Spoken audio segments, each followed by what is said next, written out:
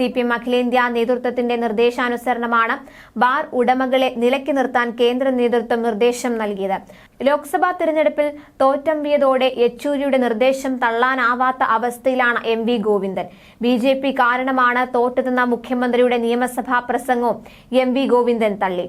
സർക്കാർ വിരുദ്ധ വികാരമുണ്ടെന്ന് ബിനോയ് വിശ്വം കൂടി പറഞ്ഞതോടെ പിണറായി ഒറ്റയ്ക്കായി. മദ്യനയത്തിൽ ഇളവുകൾക്കായി പണപ്പിരിവ് നടത്തുന്നുവെന്ന ശബ്ദരേഖ പുറത്തുവന്നതിന് മുൻപ് തന്നെ ഇത് സംബന്ധിച്ച പരാതി മുഖ്യമന്ത്രിക്ക് ലഭിച്ചിരുന്നുവെന്നതിന് തെളിവ് പുറത്തുവന്നു. ബാർ ഉടമകൾക്കെതിരെ കർശന നടപടികൾ സ്വീകരിക്കാനാണ് പാർട്ടി നിർദ്ദേശം. ബാർ ഉടമകൾക്കെതിരെ വ്യാപകമായി നടപടികൾ സ്വീകരിച്ച് സർക്കാരിന്റെ ഇമേജ് നന്നാക്കണമെന്നാണ് നിർദ്ദേശം. ഇലയ്ക്കും മുള്ളിനും കേടില്ലാതെ വിഷയം തീർക്കാനുള്ള സമ്മർദ്ദത്തിലാണ് പിണറായി വിജയൻ. ഗോവിന്ദന്റെ നിർദ്ദേശം അവഗണിക്കാനായിരിക്കും സർക്കാർ തൽക്കാലം തീരുമാനിക്കുക എന്നറിയുന്നു. മുഖ്യമന്ത്രിയുടെയും പാർട്ടിയുടെയും എക്സൈസ് ടൂറിസം മന്ത്രിമാരുടെയും പേര് പറഞ്ഞ് ബാർ ഉടമ സംഘടനയായ federation of Kerala hotel association ഭീഷണിപ്പെടുത്തി പിരിവ് നടത്തുകയാണെന്ന ജില്ലാ ഘടകങ്ങളിലെ അംഗങ്ങളാണ് ഏപ്രിൽ 12-ന് പരാതി നൽകിയിരുന്നത്. പരാതി മുഖ്യമന്ത്രി എക്സൈസ് കമ്മീഷണറുടെ അന്വേഷണത്തിന് വിട്ടു. എന്നാൽ 2 മാസത്തിനു ശേഷം കഴിഞ്ഞ ദിവസമാണ് കമ്മീഷണർ ബാർ ഉടമകളോട് ഇത് സംബന്ധിച്ച് എന്തെങ്കിലും പരാതിയുണ്ടെങ്കിൽ അറിയിക്കണമെന്ന് ആവശ്യപ്പെട്ടത്.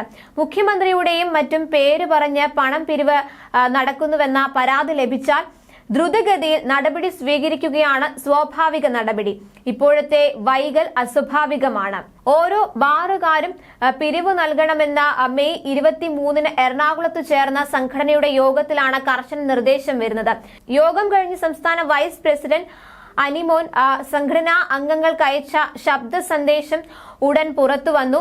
1-ാം തീയതിയിലെ മദ്യനിരോധനം ഒഴിവാക്കുക, ബാറുകളുടെ പ്രവർത്തന സമയം കൂട്ടുക, എക്സൈസ് പരിശോധനകൾ കുറയ്ക്കുക തുടങ്ങിയ ആവശ്യങ്ങൾക്ക് മദ്യനയത്തിലൂടെ ഇളവുകൾ ലഭിക്കുന്നതിന് 2.5 ലക്ഷം രൂപ വീതം നൽകണമെന്നായിരുന്നു ശബ്ദ സന്ദേശം.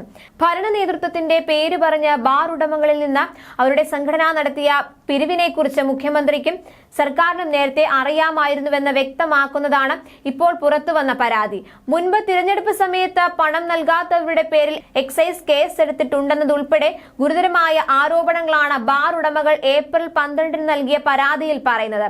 പണം നൽകണമെന്ന് മെയ് 23-ന് നൽകിയ ശബ്ദ സന്ദേശത്തിന്റെ വാർത്ത മെയ് 24-ന് പുറത്തു വന്നപ്പോൾ സർക്കാരിന് നൽകാനായി അല്ല, സംഘടനയുടെ കെട്ടിടം പണിക്കും മറ്റുമാണ് പണപ്പിരിവെന്നായിരുന്നു സംഘടനയുടെ വിശദീകരണം.